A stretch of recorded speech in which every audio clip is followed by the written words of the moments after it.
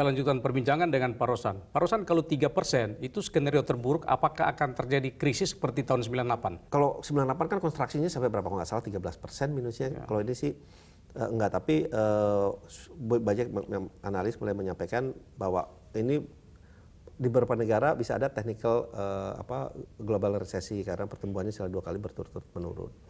Nah, kalau kita lihat pertumbuhan kita kan paling besar itu datangnya dari mana? Dari konsumsi kan, domestic consumption.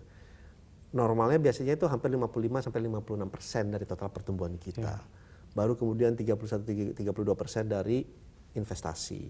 Kemudian dari government spending kurang lebih 7-8%, sisanya baru ekspor minus import. Kalau dilihat seperti ini, kita lihat pertokoan mall sepi, orang mengurangi aktivitasnya, traveling sepi. Ini kan berarti spending kan turun. Nah, yang perlu dijaga adalah daya beli masyarakat, gitu. Makanya kalau kita lihat kebijakan dari US, mereka memberikan bantuan langsung nih di approve untuk orang tuanya 1.000 US dollar, anak-anaknya 500 US dollar. Langsung cash, Pak ya? Langsung cash, karena mereka mau jaga daya beli. Ini yang perlu juga dijaga, karena 56% pertumbuhan kita dari konsumsi. Yang ini sekarang kan berturun cukup signifikan. Kalau kita ke restoran sekarang sepi, ke mall sepi, ya kan? Orang suruh traveling nanti dulu deh gitu, iya kan? Memang di advice tidak berpergian gitu. Jadi konstruksi itu kita lihat akan terjadi banyak, terutama di konsumsi. Ya. Makanya logis karena beberapa hari lalu Ketua Asosiasi Peritel itu komplain, wah ini di kami turun 50% omset, sementara insentif belum masuk ke sektor retail nih.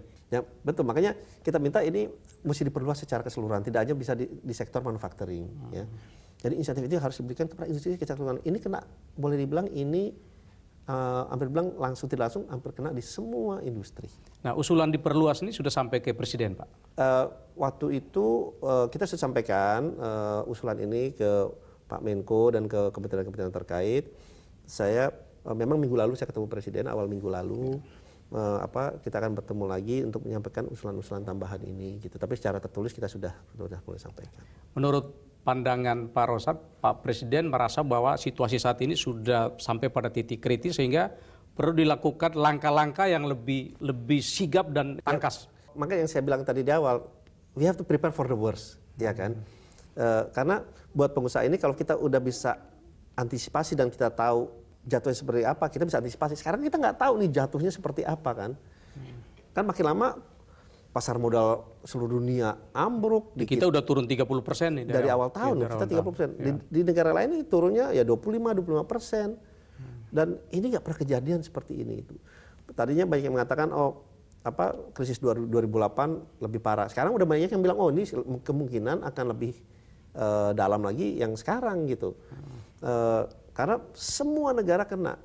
Kalau dulu, kalau misalnya yang 98, Asia kena bisa minta tolong ke IMF, ini bisa tolong ke negara lain. Ini kan hampir semua negara kena. Ini ada pandangan juga, ini sebenarnya lebih kayak faktor psikologis karena fundamental ekonomi kita ini cukup kuat nih. Pak Rosan sependapat nggak gini? Ya memang fundamental kita, ekonomi kita kuat, tapi begitu semua lini usaha dan kesehatan ini turun, ini kan beriringan kalau kita ngelihat.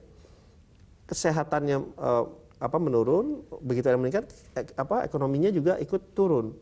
China yang kelihatan sudah membaik, ekonominya juga kelihatan mulai membaik. Ini kan beriringan. Jadi memang yang harus diutamakan dulu adalah kesehatan dan keselamatan rakyat. Karena ini akan beriringan nih ekonominya. Dan faktor kepercayaan atau faktor trust. Nah, fundamental kita kuat, tetapi kalau dihajar begini kenceng, ya kita mesti bisa antisipasi yang opsi-opsinya itu apa aja harus kita antisipasi dari sekarang. Nah ini banyak usulan juga Pak, supaya dilakukan lockdown, supaya spread dari penyakit ini dikurangi Pak ya. Tapi saya dengar Presiden kurang setuju karena akan berbahaya bagi ekonomi. Nah pandangan Kadin bagaimana? Kalau kita ikut pemerintah lah dalam hal ini. Karena pemerintah pastinya sudah melakukan evaluasi, analisa, assessment secara keseluruhan. Tetapi ya memang kita tetap opsi-opsi mesti kita pelajarin saja gitu ya. Karena kembali lagi yang paling utama adalah kesehatan dan keselamatan masyarakat. Itu yang paling utama.